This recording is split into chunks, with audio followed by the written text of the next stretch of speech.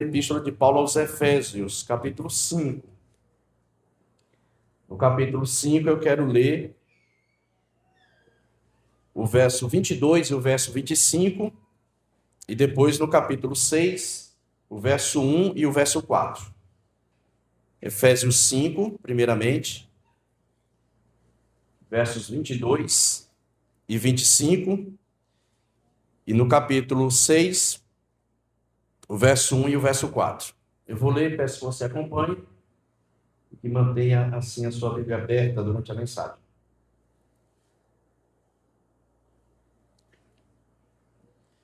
Diz assim a palavra do Senhor: as mulheres sejam submissas ao seu próprio marido, como ao Senhor. Verso 25. Maridos, amai vossa mulher, como também Cristo amou a igreja, e a si mesmo se entregou por ela. Capítulo 6, verso 1. Filhos, obedecei a vossos pais no Senhor, pois isto é justo. E verso 4. E vós, pais, não provoqueis vossos filhos a ira, mas criai-os na disciplina e na ademoestação do Senhor. Amém. Vamos orar? Senhor, nós te somos gratos, mais uma vez, por esse momento, nesse que é o teu dia, onde aqui estamos, ó Deus, para cultuar ao Senhor, para tributar a glória que é devida somente ao Senhor. Fazemos isso, ó Deus, através de cânticos, hinos, através de nossas vidas, e também nesse momento através da exposição da tua palavra, sobre a qual, Deus, nós clamamos que nesse momento, Senhor, fale conosco. O Senhor nos ademoeste, o Senhor nos faça crescer no conhecimento que tanto precisamos para sermos assim aperfeiçoados. Ser conosco, Senhor, nesse momento é o que nós te oramos e assim fazemos em nome de Cristo Jesus. Amém. Meus irmãos, é muito comum em muitos lares você encontrar uma Bíblia aberta sobre algum móvel. Muitas famílias fazem isso, e em muitos casos, porque simplesmente aprenderam através dos seus antepassados. E isso se tornou, portanto, um costume religioso, uma prática comum em muitos lares. Existem algumas explicações que são dadas para esse hábito, que é deixar a Bíblia aberta sobre um móvel. Primeiro, a Bíblia aberta seria um símbolo que comunica alguns valores presentes no lar. E que valores seriam esses? Para muitos, a Bíblia aberta em casa comunica que a família crê em Deus. Então, seria, assim, um símbolo de fé em Deus. Portanto, essa Bíblia aberta seria como uma profissão de fé, ou uma expressão de fé. Essa Bíblia aberta, ela também estaria comunicando que aquela família reconhece a autoridade de Deus e deseja, assim, viver segundo as normas, os ensinamentos de Deus. A Bíblia aberta, portanto, seria um símbolo de submissão a Deus. E essa Bíblia aberta, ela também seria um símbolo de respeito à palavra de Deus. Então, esse gesto, ele demonstraria que a Escritura ocupa um lugar de honra na vida da família. Então, você tem expressão de fé, você tem símbolo de submissão a Deus e respeito pela palavra, simbolizados através da Bíblia aberta. Segundo, a Bíblia aberta seria como um lembrete naquela casa.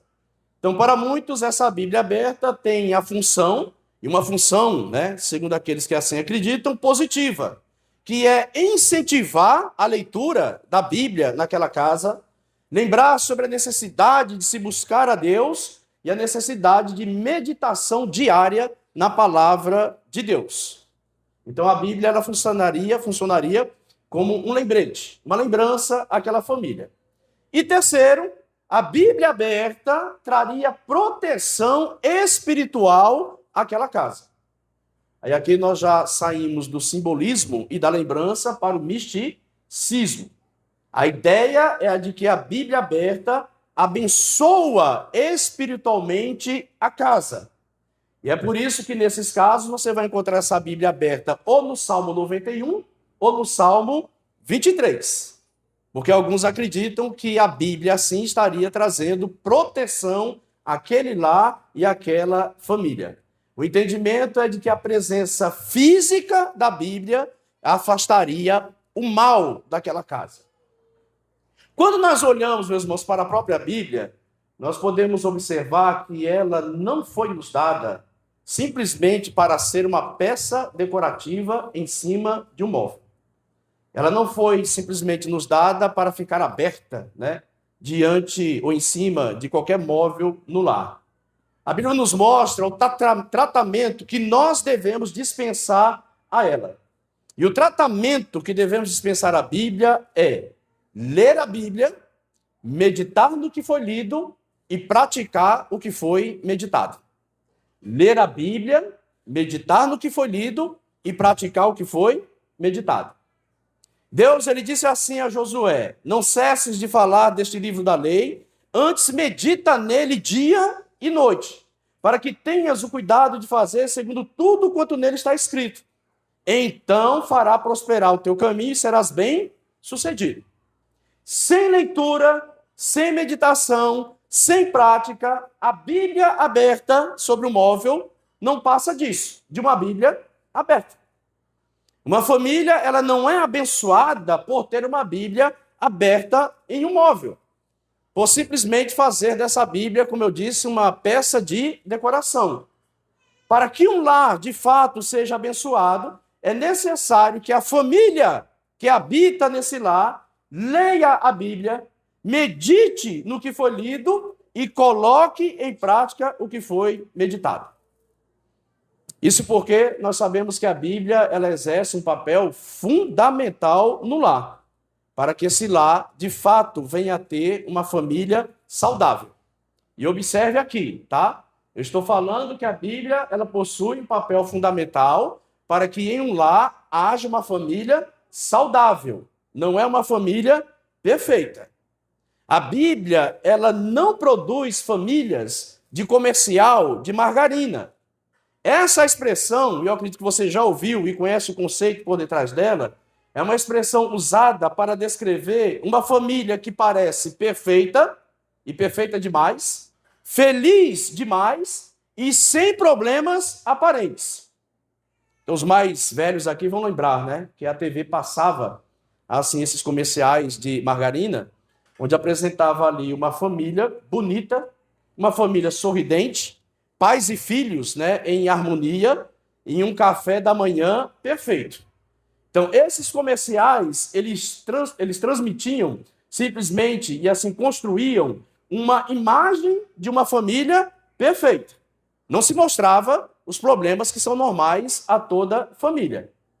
E a perfeição dessa família nesses comerciais não reflete a realidade. Mas aqui, meus irmãos, há um aspecto muito importante, tá? Que nós precisamos nos ater. Nós devemos lembrar aqui de algo muito importante. Não existem famílias perfeitas, mas o nosso alvo é a perfeição. Não existem famílias perfeitas, mas o nosso alvo é a perfeição. Todos os crentes, eles possuem em si um anseio pela perfeição. É por isso que o crente, ele vive incomodado com o pecado, ele vive incomodado simplesmente com a sua imperfeição. Então, esse nosso anseio, e esse anseio que nós temos pela eternidade, onde tudo lá é perfeito, reflete desse anseio que nós temos pela perfeição. A obra da salvação inclui exatamente o nosso aperfeiçoamento. E nós somos exortados na Bíblia nos seguintes termos, tá? Lá em Mateus 5,48. Portanto, sede vós perfeitos, como perfeito é o vosso Pai celeste. Então, a perfeição é o nosso propósito. Esse anseio pela perfeição não é um pecado, mas nós sabemos, e aqui dentro do contexto da família, que aqui nesse mundo nós não teremos famílias perfeitas. Mas nós teremos e podemos ter famílias o quê? Saudáveis. E a palavra do Senhor, ela exerce um papel fundamental para que possamos alcançar esse propósito, o de termos famílias saudáveis. Nós sabemos que a Bíblia, ela já exerce um papel fundamental de ensino dentro do lar. Esse texto de Efésios vai nos mostrar que a Bíblia também exerce um papel fundamental ao orientar cada membro da família, como cada membro deve assim se comportar e tratar uns aos outros. E aqui eu gostaria de mostrar, através desses versículos que eu li, o papel da Bíblia, como ela é fundamental também na família, para que possamos ter famílias saudáveis, através de duas verdades. A primeira verdade, a Bíblia, ela estabelece uma estrutura funcional para a família. Esse texto aqui nos mostra claramente uma estrutura funcional para a família. Esse texto aqui apresenta responsabilidades que estão organizadas e dadas dentro desse contexto da família. E essas responsabilidades, meus irmãos, elas não são convenções sociais. Então, observem aí, primeiramente, novamente, né, o verso 22 do texto.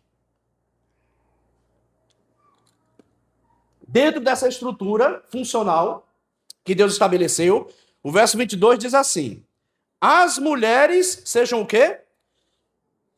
A quem? Ao seu próprio marido como ao Senhor. A palavra submissão, meus irmãos, aqui, não significa inferioridade, não significa ausência de valor. E nem tampouco essa submissão, ela se refere a uma submissão cega. E o que eu quero dizer com isso? Essa expressão como ao Senhor mostra que a submissão da esposa nunca pode ultrapassar a sua obediência ao Senhor. O marido, ele não ocupa o lugar de Deus no lar. E nem tampouco ele possui autoridade para exigir à esposa algo que seja contrário à palavra de Deus. E a esposa jamais deve obedecer uma ordem do marido que contrarie o mandamento de Deus.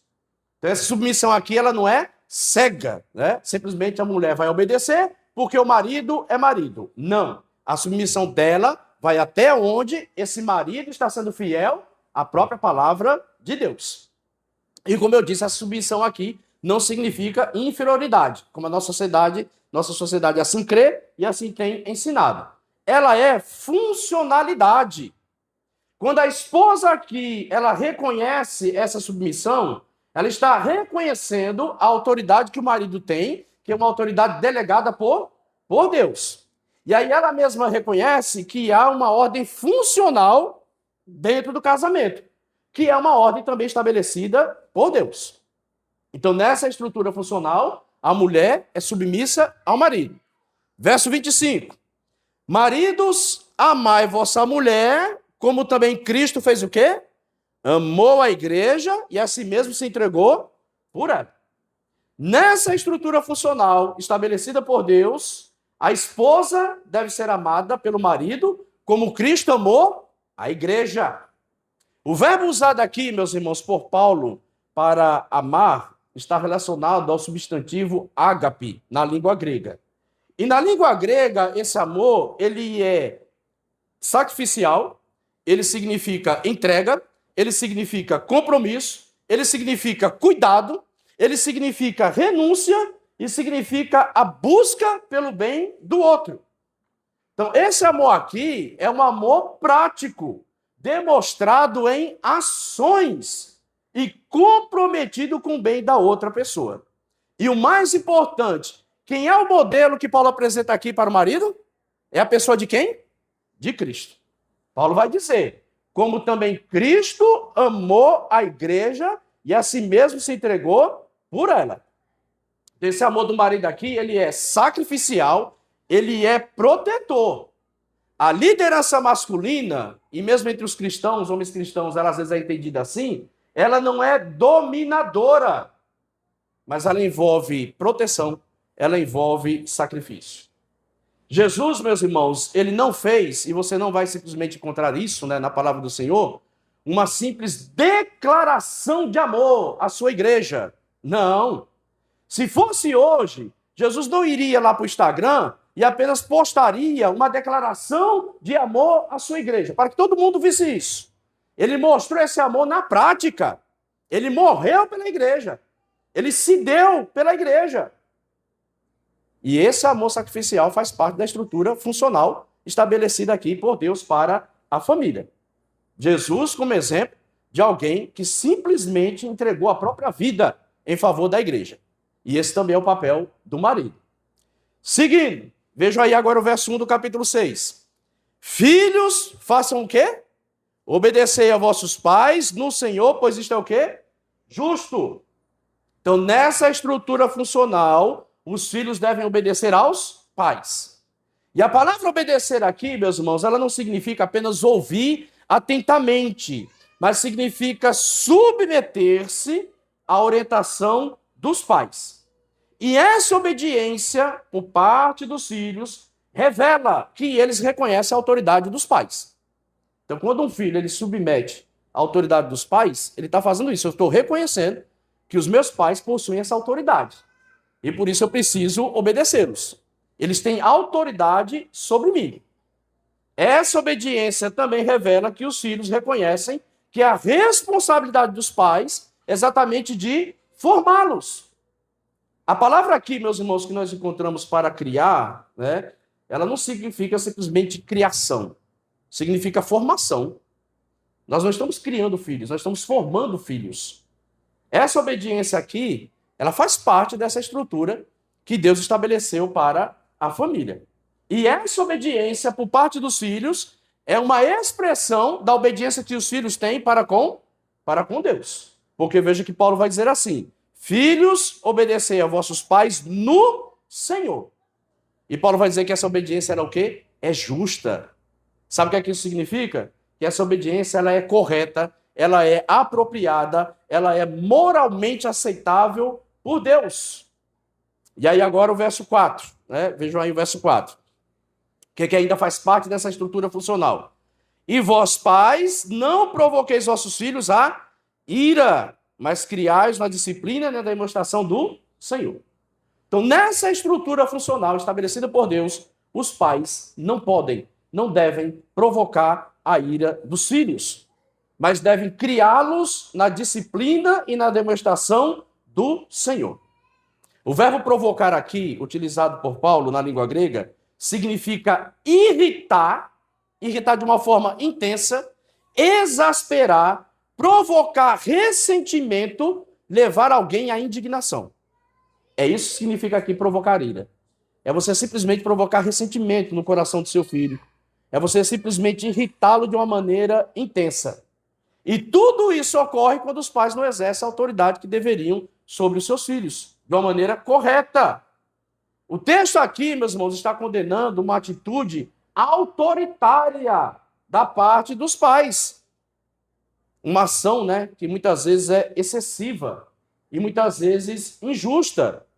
Por exemplo, os pais às vezes provocam a ira dos filhos em um contexto de uma família onde há mais, né, de um filho, através do chamado favoritismo. Quando ele claramente mostra que tem um filho predileto, né, o favorito ali. Aí isso vai provocar a ira dos demais. Com toda certeza vai produzir ressentimento nos outros filhos. Os pais provocam a ira dos filhos quando exageram na disciplina, exercem essa disciplina sem amor e muitas vezes até de forma humilhante. Isso vai criar ressentimento no coração do filho. E aí, nessa estrutura funcional, né, que nós estamos vendo aqui, os pais devem criar os filhos na disciplina e na demonstração do Senhor. E aí, como eu falei, criar aqui transmite a ideia de formar, de educar filhos. Não estamos criando filhos, nós estamos formando filhos. E formando os filhos para o Senhor. Porque Paulo diz que aqui esses filhos devem ser criados na disciplina e na demonstração de quem? Do Senhor. A palavra disciplina aqui indica correção, mas também indica treinamento, indica formação de caráter. E a demonstração, por sua vez, significa instrução verbal, aconselhamento, ensino espiritual. Então, toda essa disciplina, toda essa demonstração no Senhor, significa que é orientada pelo Senhor e para o Senhor. Porque, acima de tudo, meus irmãos, nós, né, pais cristãos, estamos criando os nossos filhos, na verdade, para o Senhor. É costume, né? Ouvimos a expressão, nós criamos filhos para o mundo. Para o mundo, não. Se você entende isso para preparar ele, né, para as lutas, as intempéries que o mundo aí tem, né, tudo bem. Mas você está criando ele é para o Senhor. Para que ele viva é para o Senhor e não para o mundo. Então, a primeira verdade que aprendemos é que a Bíblia estabelece a estrutura funcional para a família. Mas há uma segunda verdade aqui, meus irmãos, tão importante quanto essa. Nós precisamos da palavra de Deus para que essa estrutura funcione. Então, veja só, Deus estabelece uma estrutura, mas não é essa estrutura por si só que vai funcionar. Ele estabelece a estrutura, mas ela por si só, ela não vai funcionar. Ela depende que a família que faz parte dessa estrutura seja moldada pela palavra de Deus. E aqui pense comigo, tá? Como é que a mulher cristã, ela pode de fato ser submissa ao marido sem resignação? A resignação, meus irmãos, é aquela atitude, né, de suportar algo apenas por obrigação. Ou é você se conformar, mas se conformar com tristeza no coração. Essa resignação é simplesmente isso aqui, ó. A Bíblia diz, né? Isso aqui é a mulher cristã falando, né? A Bíblia diz que eu tenho que ser submissa ao meu marido. O que é que eu posso fazer, né? Tem jeito, tem que fazer isso. A Bíblia não manda? Né? O que é que eu posso fazer? Isso é resignação. Você está obedecendo, mas está obedecendo simplesmente por uma obrigação em si e simplesmente se conformando de uma maneira triste a uma ordenança dada por Deus.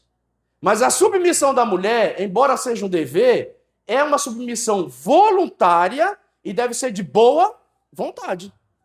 Quando ela, de fato, entende que com essa submissão, ela está colaborando na liderança do seu marido. E reconhecendo essa liderança como sendo estabelecida por Deus. E, naturalmente, meus irmãos, a mulher cristã, ela não tem em si esse anseio, esse desejo de ser submissa. Porque, na verdade, ninguém aqui gosta naturalmente de ser o quê? Submisso. De estar sob a tutela de alguém. De alguém nos dar o quê? Ordens. Ninguém aqui gosta. O que é que nós realmente gostamos é estar em que posição? De liderança, né? Esse é o nosso desejo. Nós queremos mandar. Mas se todo mundo mandar, quem é que vai obedecer? Aí será muito chefe para pouco índio, né? É muito chefe para pouco índio. Essa submissão ela não é natural, não. É por isso que a mulher ela precisa exatamente ser moldada pela palavra de Deus. Porque só assim ela vai colocar essa submissão em prática. Quanto ao marido, como é que ele vai de fato conseguir amar a esposa dessa forma aqui, ó, né? Sacrificial, como Cristo, né, o fez com a sua igreja? Entendendo que esse amor à esposa envolve serviço e não ser servido, que envolve proteção e não autopreservação. Somente se o coração do marido for moldado pela palavra de Deus. E os filhos, como é que eles vão obedecer aos pais, né? E no Senhor? Somente se tiverem seus corações também moldados pela palavra. E os pais, como é que não vão provocar a ira dos filhos e vão criá-los na disciplina e na demonstração do Senhor? Se também tiverem seus corações moldados pela palavra. E aqui eu quero citar, meus irmãos, duas razões, né? E elas se apresentam exatamente como sendo, mostrando quanto a palavra de Deus ela é necessária para moldar essa família, para que tudo isso aqui seja colocado em prática e funcione. A primeira razão, meus irmãos, se dá em virtude do chamado pecado remanescente. Esse termo ele é usado na teologia reformada para se referir ao fato de que o crente, embora convertido, embora regenerado, embora justificado, ele ainda lida com o pecado, com a presença do pecado em sua vida. Então é por isso que chamamos de pecado remanescente. O crente é alguém que ainda lida com a presença do pecado em sua vida. O pecado não é mais senhor do crente, o crente não é mais escravo do pecado, mas o pecado ainda é uma realidade na vida do crente. E aí esse pecado que ainda habita em nós, ele vai simplesmente fazer com que em nosso coração venha brotar desejos, muitas vezes desordenados, orgulho, egoísmo e inclinações pecaminosas. No lar cristão, nós temos ali uma família que é convertida, mas é uma família composta ainda por pecadores. Lembre-se disso. Você, marido convertido, ainda é um pecador. Você, esposa convertida, ainda é um pecador. E seus filhos convertidos ainda são o quê? Pecadores. E em virtude disso, o pecado ele afeta toda essa estrutura funcional que Deus estabeleceu. E é por isso que a palavra de Deus ela é fundamental. Em virtude do pecado remanescente, observe o que é que acontece. A esposa que deveria ser submissa, muitas vezes ela resiste à liderança do marido, porque ela acredita que essa liderança é humilhante.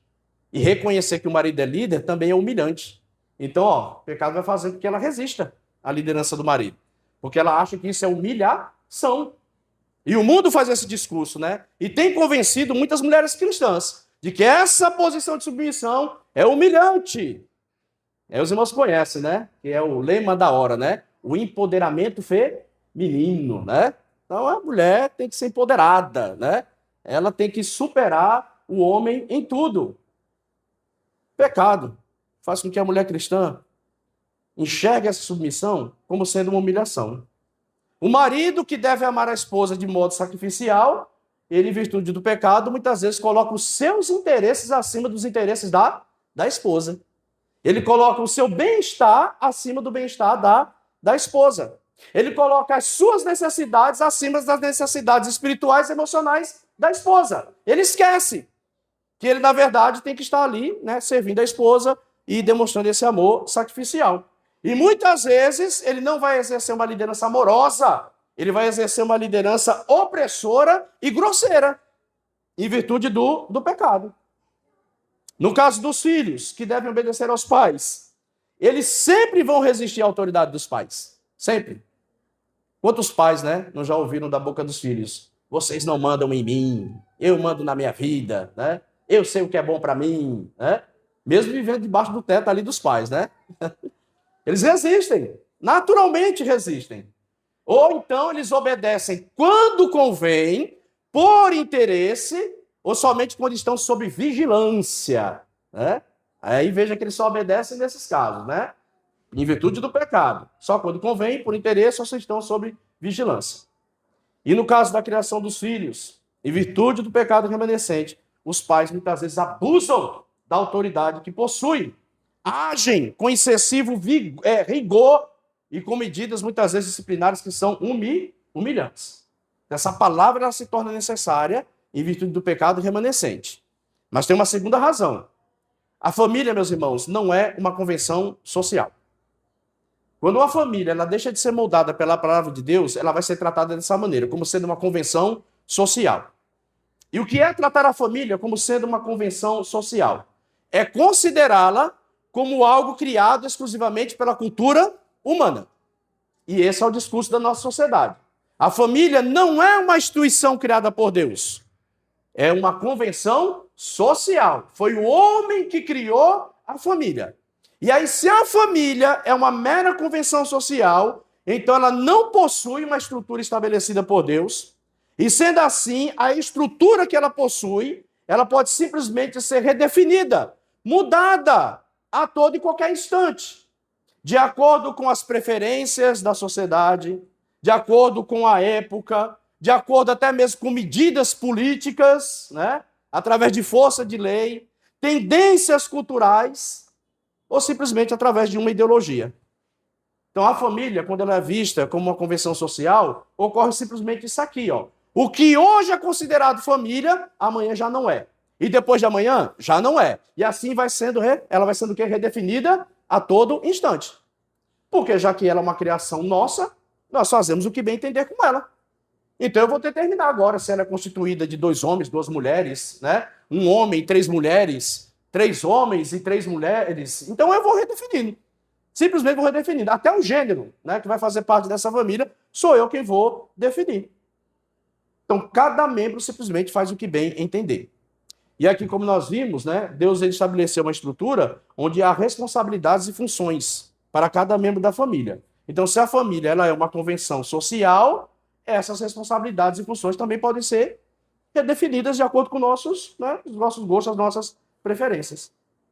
Isso compromete simplesmente o que nós estamos vendo aqui de conceito de autoridade e submissão.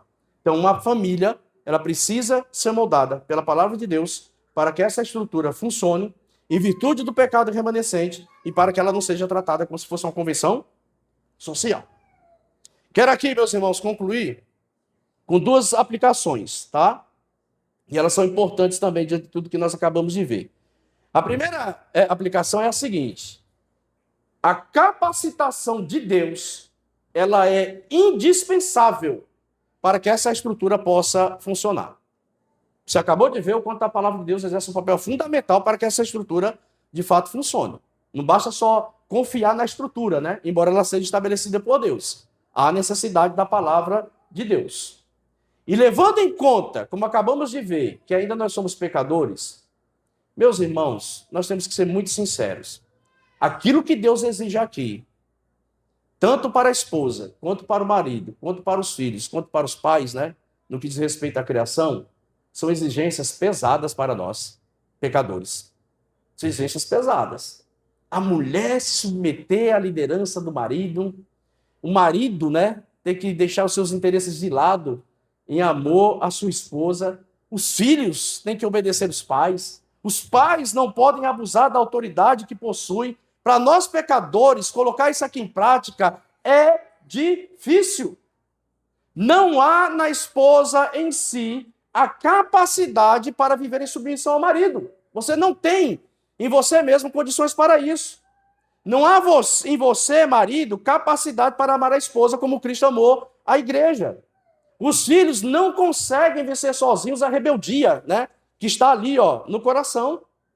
E os pais acabam falhando muitas vezes na educação dos filhos, porque eles não têm em si mesmo condições para fazer isso, criar os filhos na disciplina e na demonstração do Senhor. Não é sem razão que, se você ler esse texto, todo dentro do seu contexto, é que Paulo vai ordenar que nós sejamos cheios do Espírito Santo. Porque essa capacitação de Deus é indispensável para que essa estrutura venha a funcionar. Segunda aplicação. Essa capacitação divina não anula a nossa responsabilidade. Entenda uma coisa. Graça de Deus anula mérito, mas não anula responsabilidade. Você observou aí no texto que há ordenanças, né? Mandamentos da parte de Deus. Mulheres, sede submissas, marido, amai, filhos, obedecei, pais, não provoqueis e criai. São ordenanças, são mandamentos.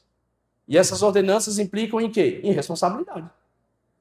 Então a mulher tem a responsabilidade de ser submissa, o marido a responsabilidade de amar a esposa como Cristo amou a igreja, os filhos a responsabilidade de obedecer os pais, e os pais a responsabilidade de educar os filhos na disciplina e demonstração do Senhor. E como isso é possível? Só a graça de Deus nos capacitando. Só a graça de Deus nos capacitando. Mas só que essa graça não substitui a nossa responsabilidade. Graça não é comodidade. Graça não é atalho. Graça não é facilidade. Graça não é simplesmente comodidade para uma vida sem luta e sem esforço. Entenda isso. Graça não é comodidade para uma vida sem esforço e sem luta. Eu encerro aqui citando o exemplo do apóstolo Paulo, onde lá em 1 Coríntios, capítulo 15, versículo 10, ele diz que pela graça de Deus era o que era. Mas ao mesmo tempo ele diz, mas eu trabalhei. E ele está comparando o seu ministério ao ministério dos outros apóstolos. Ele está dizendo, olha, eu sou o que eu sou pela graça de Deus, mas eu trabalhei muito mais do que eles. Então você vê a graça de Deus e responsabilidade aqui. Então graça não é facilidade, graça é capacidade. Então a nossa oração é que Deus, em sua graça, nos capacite para que façamos com que essa estrutura venha funcionar e tenhamos em nossos lares famílias saudáveis. Que Deus assim, meus irmãos, aplique a sua palavra aos nossos corações.